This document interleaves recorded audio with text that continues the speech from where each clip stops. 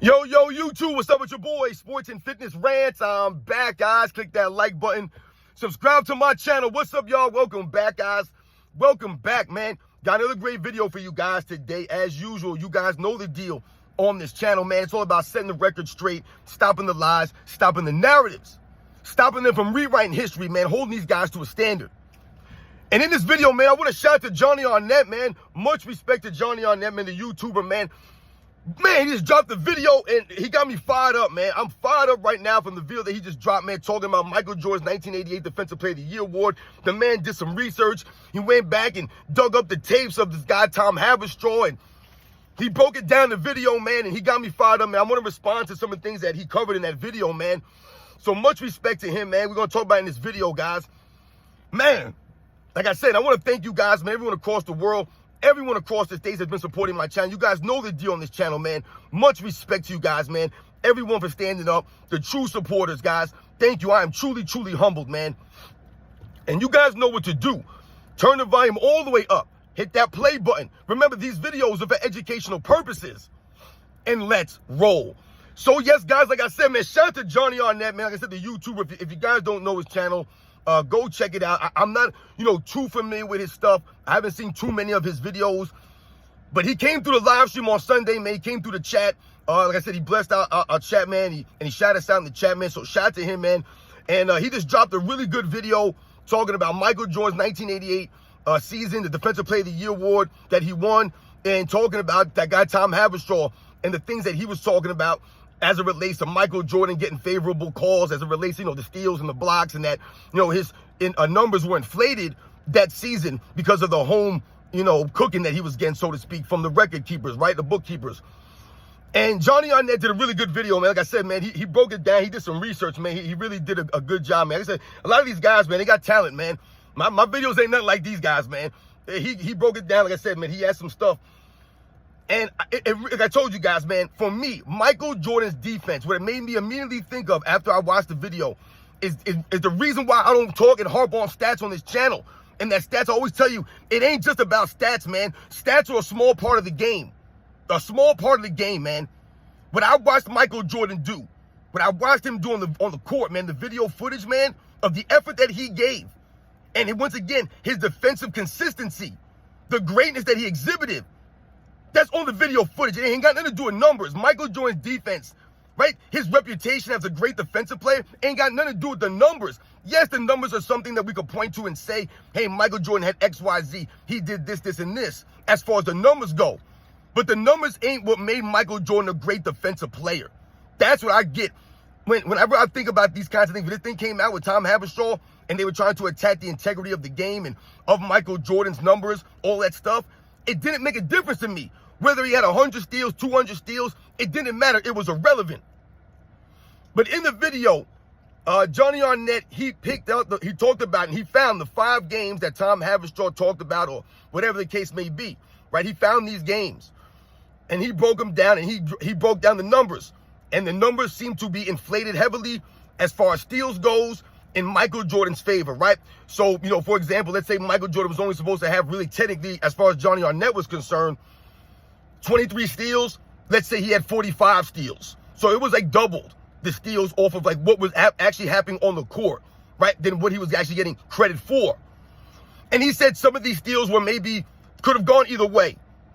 But the one thing that he did notice was the blocks were not like that. As a matter of fact, what I got from the video is that Michael Jordan was actually being shortchanged on the overall block numbers. His overall block totals, the stats he was putting up on the blocks. What I got from the video is that he was being shortchanged heavily on the blocks.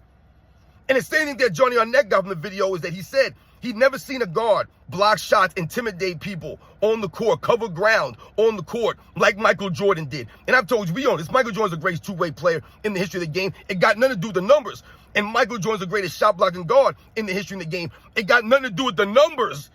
It's the video footage. Is what Johnny Arnett saw him doing on the court, covering ground, intimidating, altering shots, maybe not blocking them, but making guys alter their shots.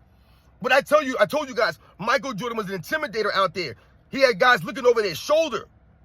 He didn't know where they were. That's what Johnny Arnett got from that video.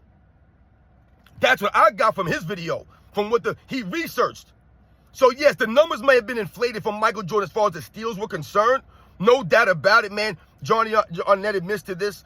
And like I said, it could either be the statisticians trying to hook Michael Jordan up, or they didn't really, understand what steals really were and how you really count them. Or once again, some of these things could have gone either way. What it looked like to me in some of these steals that he got credit for that maybe were not his was that somebody else would tip the ball, Michael Jordan would get the ball, and they would give Michael Jordan the steal, when in fact, whoever tipped the ball should have gotten the steal.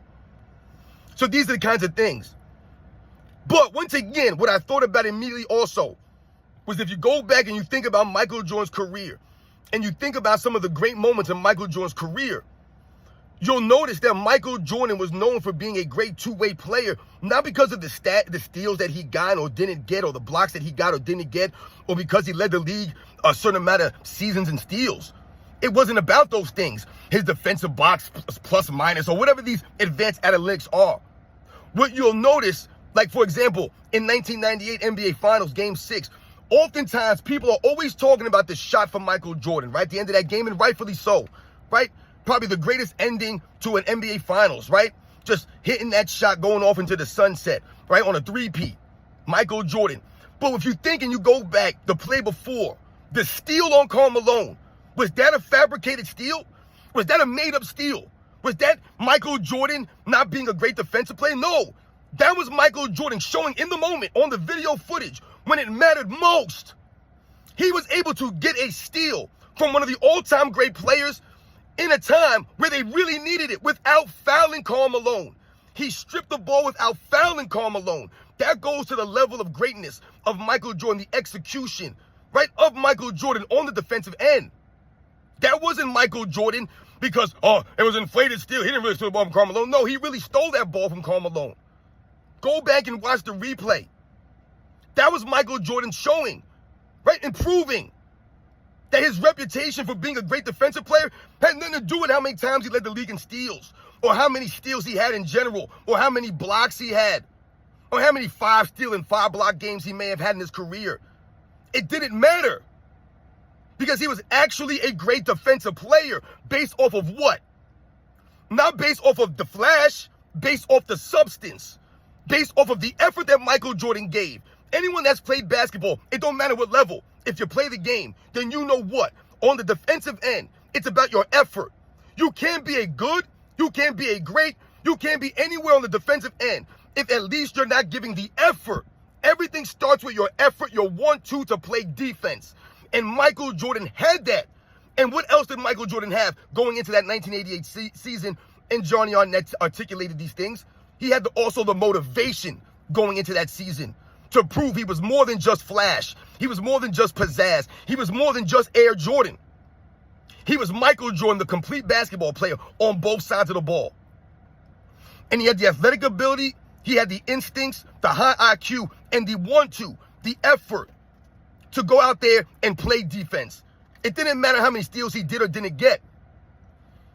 Because what also I thought about too during that video is that when Johnny Arnett looked at, and he actually called out Tom Haberstroh for being biased based off the fact that Johnny Arnett went back and did some research. And he picked out 5 home games. I believe it was 5 home games on his own. And he did the books. And he checked the final box score. And he checked it versus him watching the actual footage. And what he determined was a steal. What he determined was an actual block. And the numbers were once again skewed as far as steals. But once again, the blocks, guys, seemed like Michael Jordan was getting robbed from blocks. Where there were blocks that he could have may have gotten that looked like they were maybe blocks that he didn't get credited for. But the steals seemed to have been something where Michael Jordan was getting credit for steals that should have went to other players. A guy would tip a ball, Michael Jordan would get the steal. That seemed what they were doing at home maybe. And I get all that. Once again, Michael Jordan's not being known for a great defensive player because of the steals that he got or didn't get. But I also thought about when Johnny Arnett was talking about these home games that he checked on. Did anybody go back and check some of these road games in 1988? How many steals and blocks Michael Jordan was getting on the road? If we really want to care about numbers. Because was Michael Jordan being shortchanged on steals on the road and blocks on the road? Were there games where Michael Jordan had 3 steals, but he only got a credit for 1? Or he had 2 steals, but didn't get a credit for any on the road? How do we know that wasn't happening? See, this is what I'm talking to you guys about in this channel. This is why the numbers don't matter at the end of the day. The quote-unquote numbers, this is why it's not the end-all be-all. Because numbers could be skewed either way. There could be many guys in NBA's history, guys that were getting quote-unquote home cooking. All these guys, I'm sure, were getting a couple of steals here, a couple of blocks there, a couple of extra rebounds, a couple of extra assists here and there. I'm sure these things were going on. So once again, Michael Jordan being held to a higher standard than anyone else in history because he's Michael Jordan. And once again, Michael Jordan's always been more than the stats, always been more than the accolades. He's always been what? Substance, the effort, the grit, the heart of Michael Jordan, the competitive fire, playing with that love of the game. That's what I talk about on this channel. I don't talk to you and beat you guys in the head with numbers and stats from Michael Jordan to prove, hey man, Michael Jordan had 10 games of 5 steals and 5 blocks. That's why he's a great defensive player. No, man. What do I tell you? I tell you about the steal against Karl Malone. I talked to you about Game 3 in 1991 when Michael Jordan had to step up after Scottie Pippen fouled out, right, going into that overtime. Not only did Michael Jordan hit the game-tying shot to send it into overtime, but when Scottie Pippen fouled out, he had to guard Magic Johnson in overtime. Held Magic Johnson to no points, no assists, nothing in that overtime. Stepping up his defensive abilities, his defensive intensity. It wasn't because he had steals and blocks. None of that stuff. It didn't matter. In 1998 Eastern Conference Finals, right? Before the finals in 98. Remember, in Game 7 against the Pacers, it was Michael Jordan who drew the assignment of Reggie Miller in that fourth quarter. When Reggie Miller was killing the Bulls, man, it was Michael Jordan who Phil Jackson leaned on. Say, hey, man, we got to shut down Reggie. It was Michael Jordan, guys, on fumes, giving the effort on the defensive end. Had nothing to do with numbers. Michael Jordan's defensive ability is not hype. It's not hype. That's what Tom Habershaw wants you to believe by trying to come out with an article like that. And that's basically what Johnny Arnett was saying, that he was being disingenuous. Yeah, he may have been right as far as the steals were going, and they were inflating Michael Jordan's numbers in some of these home games that he checked out. But he said, why did he just check those numbers, those games in particular? That's when you lose credibility, because you're not being honest. So when he went and checked his own games, he noticed, yes, once again, the steals may have been inflated from Michael Jordan at home. But once again, I told you guys, the blocks were being undervalued. And I said, do we know what Michael Jordan's numbers were on the road in these games? Were the road teams being against Michael Jordan? We don't know, and it doesn't matter. Once again, it's irrelevant. There's nothing. Michael Jordan getting a Defensive Player of the Year was not solely based off of his steal numbers or his block numbers or anything of that nature. Once again, it was Michael Jordan giving the effort and being motivated going into that season, won the recognition. Michael Jordan should have been on the defensive first team or second team in 1987. Easily should have been on one of those defensive teams, guys, easily. He had numbers that season, but he didn't make it. So obviously the numbers didn't matter for Michael Jordan in 1987. But in 1988, Tom Habershaw wants you to believe that the numbers gave him the Defensive Player of the Year award? No. It was Michael Jordan said, playing motivated on that end to show and prove, hey, guys, I do both sides of the ball. I'm not just scoring. I told you, he didn't win the award by accident. They didn't give it to him. He went out there and earned it. And that's what bothers me the most. When people try to make it seem like Michael Jordan didn't earn when he was out there doing what he got. He earned these things. He didn't shortcut nothing. He didn't skip any steps. He went through the grind. He earned it the right way, Michael Jordan. Regardless of what anybody, how you feel about Michael Jordan, it don't got to be about the greatest of all time. You can never say that Michael Jordan didn't earn it, man. He went out there and earned it, man, the right way. He played with the game the right way. He showed that love of the game. He gave the effort, and he earned things. He earned the Defensive Player of the Year award. He earned his reputation as a great defensive player. Damn the numbers.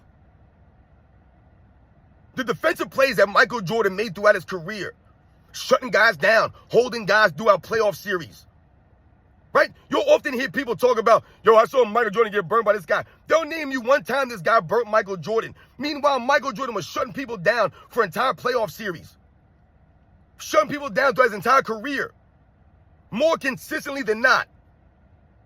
That's where you develop the reputation. When you got guys looking over their shoulder before they go for a shot, because you don't know if Michael Jordan's going to come flying in or not. When guys are scared to dribble the ball around Michael Jordan because of his quick hands, and the pressure he puts on you. That ain't got nothing to do with the numbers. That's Michael Jordan actually doing this stuff. Michael Jordan earned his defensive selections. Like I said, he earned the reputation. So once again, shout out to Johnny Arnett and his video, man. Like I said, it got me fired up. I had to do a response video, when he talked about this stuff, man. And this is why I tell you guys, it's never been just about the numbers. The numbers don't tell you the whole story. They don't tell you nothing. It don't matter if the numbers were fraudulent. I mean, let's think about the numbers of today. Because we know a lot of the LeBron James fans are going to love this video by Johnny Arnett. I'm sure they're going to use it as an anthem now to say that Michael Jordan's Defensive Player of the Year award is blah, blah, blah. They keep telling us that LeBron James was robbed for Defensive Player of the Year award. So they're definitely going to use this Johnny Arnett video. But let's think about LeBron James real quickly here if we want to. And think about what? The books and his numbers? How many times have you seen on video footage? Shout out to my man, Angry Old Hoops. How many times have you seen on video footage LeBron James coming down the court, clearly carries the ball, clearly carries it. There's nothing called, and he scores a basket. So should we go back in the record books in the video footage and say, hey, man, LeBron James traveled right there. That should have been 2 points. Let's take that away from him. How many times have you seen LeBron James carry the basketball, travel the basketball, use an offensive foul, push over the off arm, score a basket? Nothing called. Should we go back in the record books now and take these things away from LeBron James? How many times have you seen LeBron James throwing a quote-unquote an assist to one of his teammates after this man made 2-3 moves, dribbled the ball 4 or 5 times, 3 or 4 pump fakes? LeBron James gets credit for that assist. Guys, remember, assists were kind of differently back in the day, man. Back in the day, you had to throw the ball towards the basket in order to count it for an assist. So if I'm coming down the court and I drive the lane and I get under the rim and the defense collapses on me and I kick it out to a perimeter shooter and he shoots and it goes in, I don't get an assist for that back in the day. Because that's not how they counted assists. You had to be making a pass towards the basket. A lot of people don't realize these things. So once again, should we go back in the history books and say all the assists that were given to players giving the ball, kicking out on a drive and a kick out, we're not counting those assists anymore? All these assists these guys are getting now, after guys are taking 2, 3, 4 dribbles, 2, 3 moves after they get a pass, and they're giving these guys credit for the assist. Come on, guys, what are we talking about here? We can go through all the record books and all the eras, not just the 80s or the 90s, the 2000s. We go through all the eras, the 50s, the 60s, the 70s, the 2010s. These guys are getting fraudulent stats all over the place, you can say. But once again, it's Michael Jordan being held to the highest standard. It does nothing for Michael Jordan's, or it does nothing to take away from Michael Jordan's greatness or his legacy. Once again, you can strip Michael Jordan of all the accolades. It doesn't matter. It doesn't matter. Michael Jordan's more than that. I always tell you guys in this channel, the media, these people out here, they can't tear down Michael Jordan because they didn't build Michael Jordan. LeBron James was built through the media. This is why we can tear him down. This is why we can do these things. This is why he's a pay people. Michael Jordan don't even have social media. He ain't worried about these fools. He knows we got his back. Man, I told you, we owe it to Michael Jordan. He don't owe us nothing. And Michael Jordan knows he stands on greatness. He don't have to defend himself. He don't have to call himself the greatest of all time. He don't have to go back and forth with Isaiah Thomas and Scottie Pippen and some of these other goofs. Because he was never built up through narratives or lies.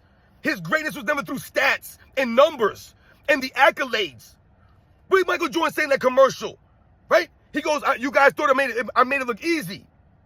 You guys thought it was easy. I made you guys think it was this easy. I made it look a certain way. He said I was more flash and pizzazz, that I was all hype. He wasn't all hype. When you stepped on the court against Michael Jordan, you knew you had to bring it. You had to bring it. He wasn't all hype. The stories are true. He's more than the hype. He always was. He always will be. This is why he's considered the greatest of all time, and this is why people are often referred to as the Michael Jordan of, guys. You know the deal on this channel, man. Don't get it twisted, and don't get it confused. Michael Jordan was never just numbers and accolades. He was a fire, a competitor, a heart. When Michael Jordan came to the post-game press conference, you could listen to this man. He gave respect. Played with that love of the game.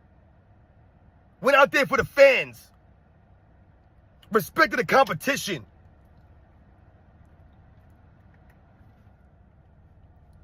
Once again, you guys know the deal, man. Fired up right now with this stuff, man. Because they're trying to rewrite the history, man, on Michael Jordan, his era.